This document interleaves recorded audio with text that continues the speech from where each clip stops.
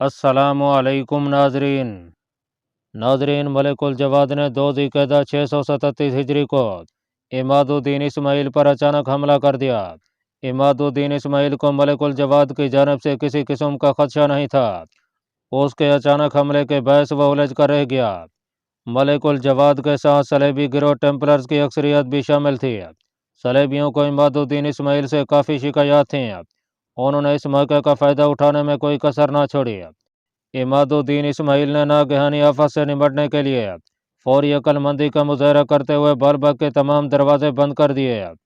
Molecule Jawad की अफवाज मुहासरे डालकर बैठी रही। अल मलिकुल नासिर को जब मुहासरे की इतला मिली तो उसने इत्मीनान का सांस लिया।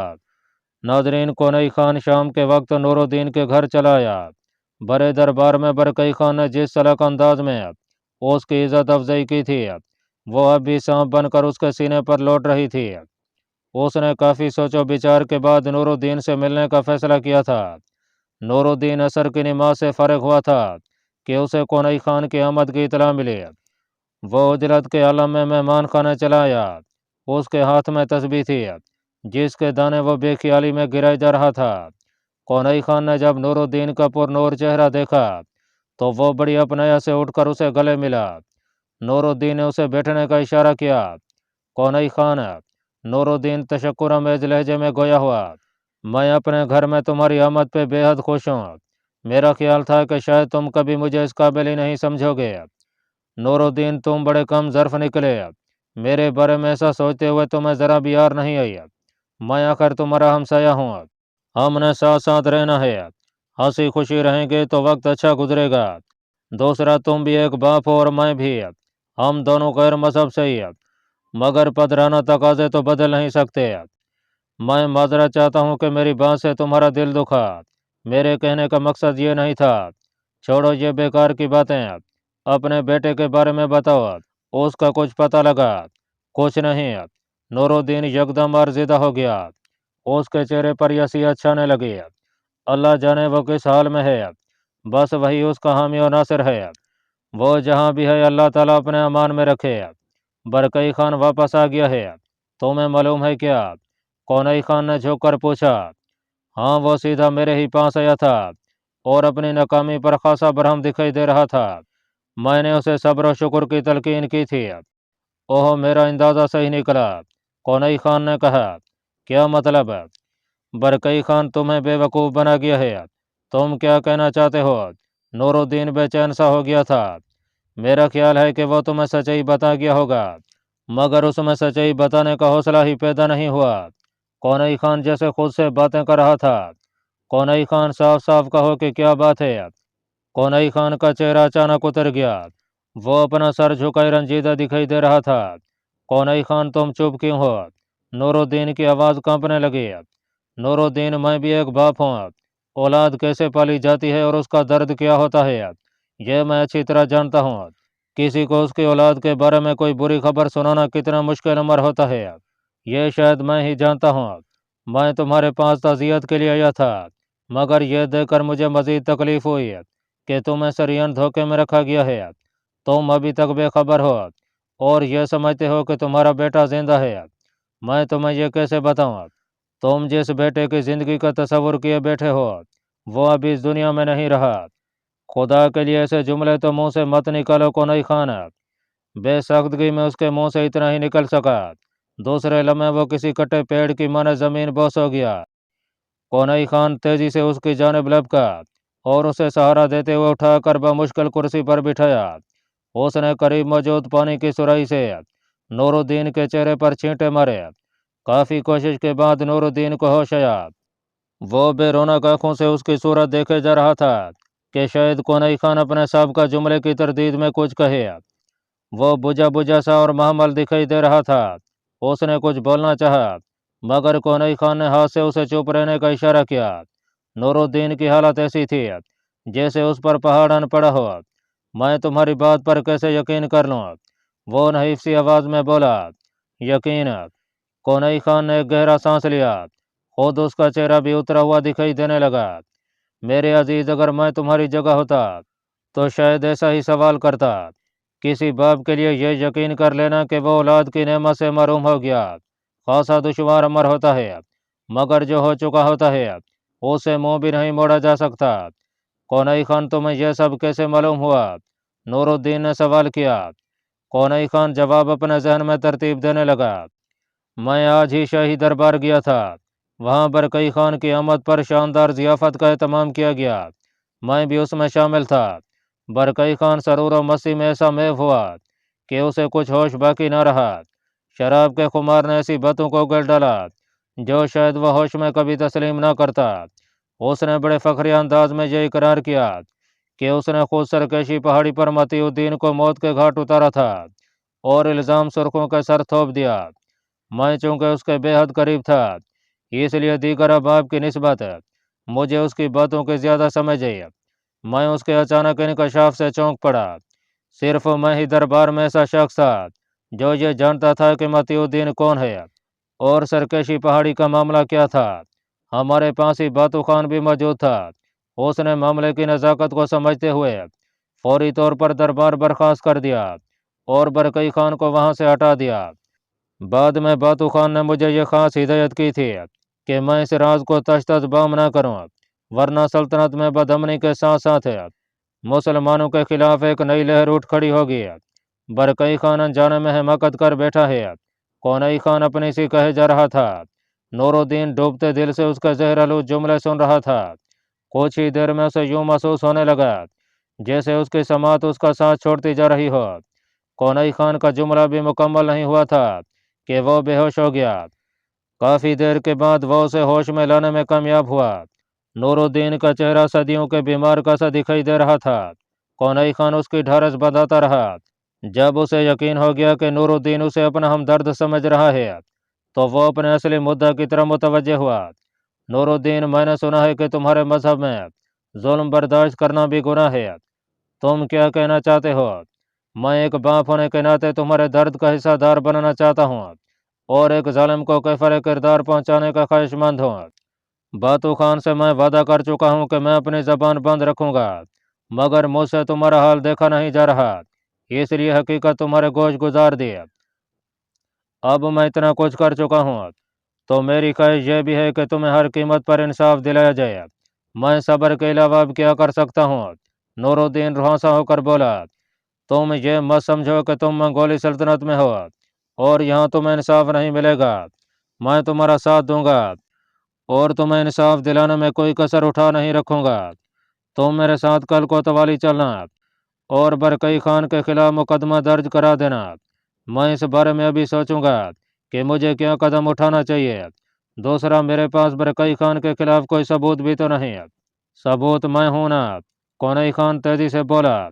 तुम अब आराम करो, मैं कल सुबह फिर आऊंगा, फिर इस सिलसिले में मजीद बात होगी। कौनई खान कुछ देर इधर उधर की बातें करता रहा। इसके बाद वो वहां से रुखसत हो गया। कौनई खान की इतला ने नूरुद्दीन को न ढाल कर दिया था। ऐसी तकलीफदा हालत में भी उसके दिल के किसी गोशे से दबी दबी सी आवाज़ उठ रही थी। ऐसा कुछ नहीं है, कौनई खान सरियन झूठ बोल रहा है।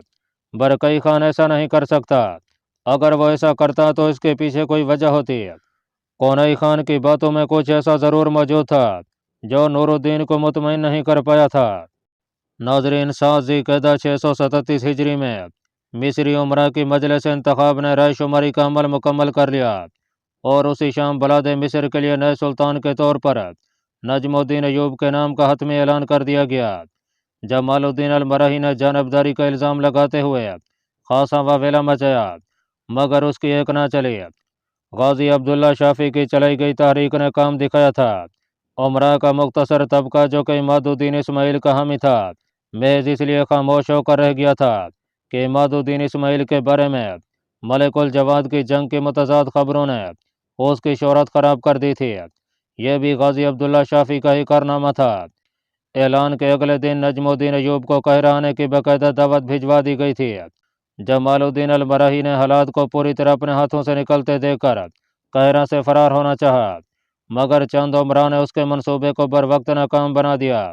ये उमरा का वो तबका था जो माजी में उसकी चालबाजियों का शिकार हुआ था। वो किसी सूरत में उसे वहां से निकलने का मौका नहीं देना चाहता था। उसके घर के गिर्द पेरा लगा दिया गया। اعلان کے اگلے ہی دن جمال الدین المرئی کے خلاف الزامات کی طویل فہرست قاضی القضات کے دفتر میں داخل کرا دی گئی تھی۔ جمال الدین المرئی کو اب صاف دکھائی دے رہا تھا کہ ذلت اور رسوائی اس کا مقدر بننے والی ہے۔ اسے اپنی ذلت کا احساس ہونے لگا، مگر وہ بے بس ہو کر رہ گیا تھا۔ عماد الدین اسماعیل کی جانب سے ہلکی سی امید ابھی باقی تھی، مگر وہ خود ملک الجواد کے ہاتھوں میں معصور تھا۔ ناظرین، متی الدین اس عجیب گاؤں سے تو نکل آیا تھا، مگر وہ ابھی تک صحیح راستے سے بے خبر تھا۔ کوئی واضح اشارہ موجود نہیں تھا۔ وہ سرائے کی جانب بڑھنا چاہتا تھا، مگر قدرت اسے سرائے سے اتنا ہی دور کیے جا رہی تھی۔ وہ بھٹکتا ہوا رومی سلطنت کے بلئی حصوں میں پہنچ گیا تھا۔ سرد ہواؤں نے اسے الگ پریشان کر رکھا تھا۔ ازکئی سردار مانجی خان نے اسے سچ کہا تھا کہ وہ اس کی رہنمائی کے بغیر سرائے نہیں پہنچ سکے گا۔ وہ اس وقت کو کوسنے لگا جب اس نے بے وقوفی کرتے ہوئے ازکئی قبیلے سے قدم نکالا تھا۔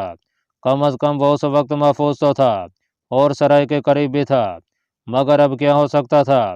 وقت ہاتھوں سے پھسل چکا تھا۔ اسے سرائے تک پہنچنے کے لیے 3 ماہ کی مسافت طے کرنا تھی اور ساتھ ہی عجیب باشندوں سے بھی محفوظ رہنا تھا۔ قاضی سردار نے بڑے اعتماد سے اسے کہا تھا کہ وہ رات تک ان کا شکار بن جائے گا۔ اسے جلد از جلد اس بھیانک علاقے سے نکلنا تھا، مگر وہ کس طرف سفر کرتا؟ اس کا گھوڑا اس کے ذہن میں اٹھنے والی سوچوں کے دھارے کی رفتار کے ساتھ مسلسل بھاگ رہا تھا۔ اچانک کسی بات نے اس کے ذہن پر دستک دی تو وہ چونک پڑا۔ گھوڑے کی لگامیں خود بخود کھینچتی چلی گئیں۔ وہ یکدم رک گیا، پھر دوسرے ہی لمحے وہ جوش لگاتے ہوئے گھوڑے سے نیچے اتر آیا۔ ایک خفیف سا اشارہ اس کے ذہن میں ابھرا تھا۔ قاضی سردار نے تموچن کے ملک کا ذکر کرتے ہوئے ایک مخصوص جانب گردن گھمائی تھی۔ یہ نہایت اہم بات تھی۔ اس نے لاشعوری طور پر اسے اشارہ دے دیا تھا کہ تموچن کا ملک کس جانب ہے۔ اس وقت متی الدین کا ذہن دوسری جانب الجھا ہوا تھا، اس لیے وہ فوری سمجھ نہیں پایا تھا۔ اب جب کہ وہ گھوڑے کی پشت پر قاضی سردار کی باتوں پر لگاتار غور کر رہا تھا تو اس کی یہ حرکت ذہن میں آ گئی۔ اب مشکل یہ تھا کہ وہ اس اشارے کو صحیح سمت دے پاتا، کیونکہ وہ راستے میں کئی بل کھا چکا تھا۔ یہ خدائی مدد ہی تھی کہ اسے قاضی سردار کی معمولی سی حرکت یاد آ گئی تھی۔ اس نے گھوڑے کی لگامیں ڈھیلی چھوڑتے ہوئے اپنے ذہن پر مزید زور دینے کی کوشش کی کہ اس گاؤں سے نکلنے کے بعد اب تک وہ کتنے موڑ کاٹ چکا ہے۔ یہ خاصا پیچیدہ مرحلہ تھا، اسے سفر کرنا چاہیے تھا۔ اس کے پاس وقت بہت کم تھا۔ سورج غروب ہوتے ہی قاضی باشندے اس کے شکار پر نکل پڑتے۔ متی الدین کافی دیر تک اسی شش و پنج میں الجھا رہا۔ اچانک اس کے ذہن میں ایک خیال آیا اور اس نے زمین پر چپٹی تلوار کی نوک سے گاؤں کا نقشہ بنانا شروع کر دیا۔ وہ اپنے حافظے کی تمام قوتوں کو بروئے کار لانے کی کوشش کر رہا تھا۔ وہ کس جانب سے گاؤں میں داخل ہوا؟ وہ اجنبی لڑکی کس جانب چلی تھی؟ سردار کس طرف سے اس کی جانب بڑھا؟ دونوں کس رخ سے آپس میں باتیں کرتے رہے؟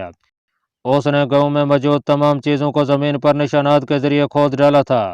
وہ سردار کی گردن کے اشارے کی مناسبت سے وہ رخ معلوم کرنے میں کامیاب ہو چکا تھا۔ وہ گاؤں سے جس رخ نکلا تھا وہ اسے معلوم ہو گیا تھا، مگر اب وہ کہاں پہنچ گیا تھا یہ ابھی تک مسئلہ بنا ہوا تھا۔ وہ اپنے ذہن کو مزید کھنگالنے کی کوشش کرنے لگا، مگر ہر طرف سے ناکامی ہی سامنے آتی تھی۔ وہ اب سوچ رہا تھا کہ کیا اسے دوبارہ اسی گاؤں لوٹنا چاہیے تاکہ وہ صحیح سمت کی جانب گامزن ہو سکے، مگر قاضی سردار نے اسے سورج غروب تک کی مہلت دی ہے۔ اگر وہ واپسی کے بارے میں سوچتا تو سورج غروب ہونے تک وہ گاؤں سے زیادہ دور نہیں جا سکتا تھا۔ اچانک ایک خیال بجلی کی مانند اس کے ذہن میں کوندا۔ جب وہ سردار کے ساتھ محو گفتگو تھا تو سورج کس سمت میں تھا؟ اس نے غیر ارادی طور پر سورج کو دیکھا بھی تھا۔ یہ بات بڑی اہم تھی۔ اس نے تھوڑا سا ذہن پر زور دیا تو وہ سورج کی سمت یاد کرنے میں کامیاب ہو گیا۔ اس وقت سورج اس کے دائیں پہلو پر تھا اور سردار کی گردن خفیف انداز میں بائیں جانب گھومی تھی، یعنی اسے ڈھلتے سورج کے بائیں پہلو کی جانب سفر کرنا چاہیے۔ اس نے سورج کی جانب دیکھا تو چہرے پر بشاشت پھیل گئی۔ اس نے اللہ تعالیٰ کا شکر ادا کرتے ہوئے عالم سرشاری میں نعرہ لگایا اور سروا سے گھوڑے کی پیٹھ پر جا بیٹھا۔ اس نے ایڑ لگائی اور گھوڑا ایک بار پھر ہوا سے باتیں کرنے لگا۔ اسے اپنی منزل کا سراغ مل چکا تھا، اب وہ سرائے پہنچ سکتا تھا۔ اس نے کسی قیام کے بغیر اپنے سفر کو جاری رکھنے کا فیصلہ کیا تھا، کیونکہ اسے جینانی سلطنت سے جلد از جلد نکلنا تھا۔ काजी बासी उस वक्त तक उसका मुसलसल ताक़ुब करते रहेंगे जब तक वह उनकी हदों से निकल नहीं जाता। वैसे भी 3 माह बहुत बड़ी मुद्दत थी।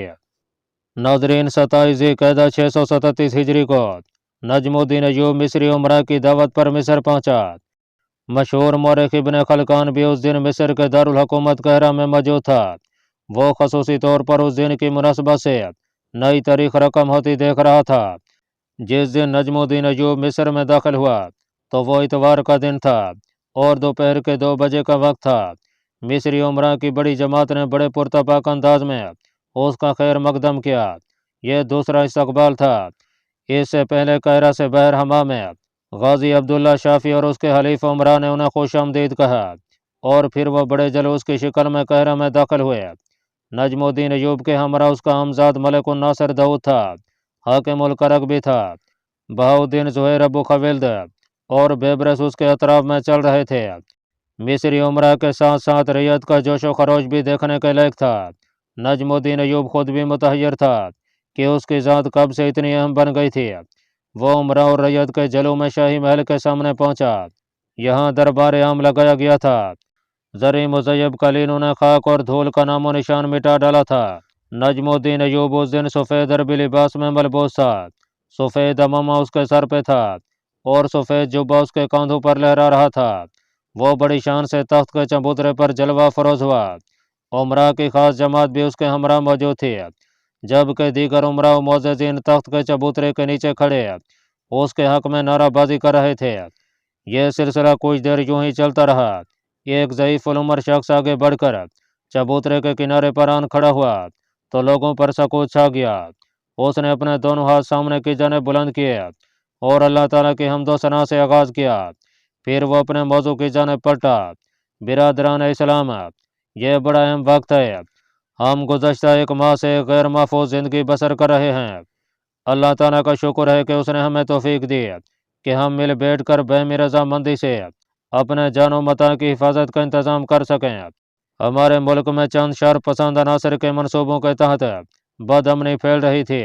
साबिक सुल्तान चूँकि कम उम्र था और वह मुल्क के इंतज़ाम संभालने से कासिर था, इसलिए उसे मज़ूल कर देना ही बेहतर था।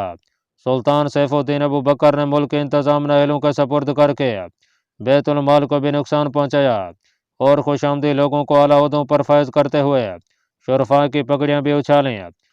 ऐसे में हमें ऐसे शख्स की ज़रूरत महसूस हुई जो अल्लाह ताला और उसके रसूल सल्लल्लाहु अलैहि वसल्लम के अहकाम को रज करके मुल्क में से बदउनवानी की इस नापाक फ़िज़ा को साफ़ करता।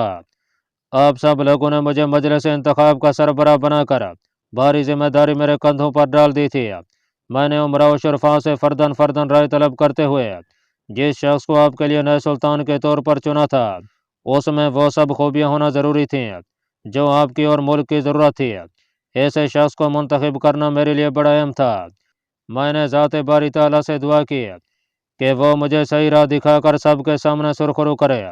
अल्हम्दुलिल्लाह, हमें हमारे रब ने ऐसा शख्स मुयस्सर किया कि हम उससे अल्लाह और उसके रसूल सल्लल्लाहु अलैहि वसल्लम के अहकाम के नफाज की तवक्को कर सकें। मुझे जो राय शुमारी आपकी जानब से मिली उसमें भारी अक्सरियत नजमुद्दीन अय्यूब के हक में थी। मैंने आपकी आरा व ख्वाहिश का एहतराम करते हुए नजमुद्दीन अय्यूब को यहाँ आने की दावत दी। अबू मुज़फ़्फ़र नजमुद्दीन अय्यूब अब आपके सामने मौजूद हैं।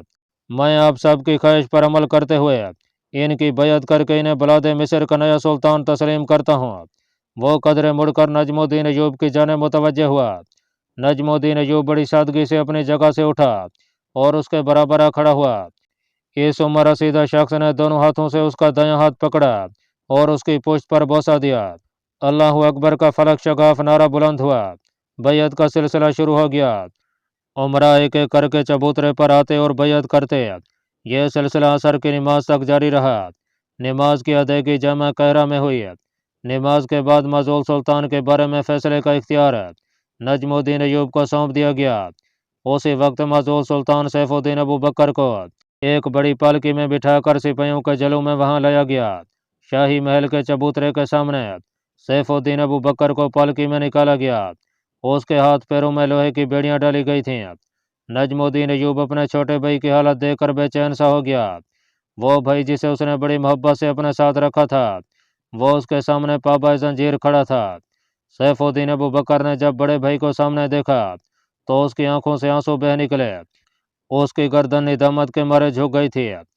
वो भाई जिसके खिलाफ वह दूसरों की बातों में आकर दुश्मनों को उकसाता रहा और उसे जान से मरने की राहें ढूंढता रहा, वो आज उसकी किस्मत का फैसला करने का इख्तियार रखे हुए था। उमरा अवाम बड़े इनामाक से फैसले के मुंतजर थे।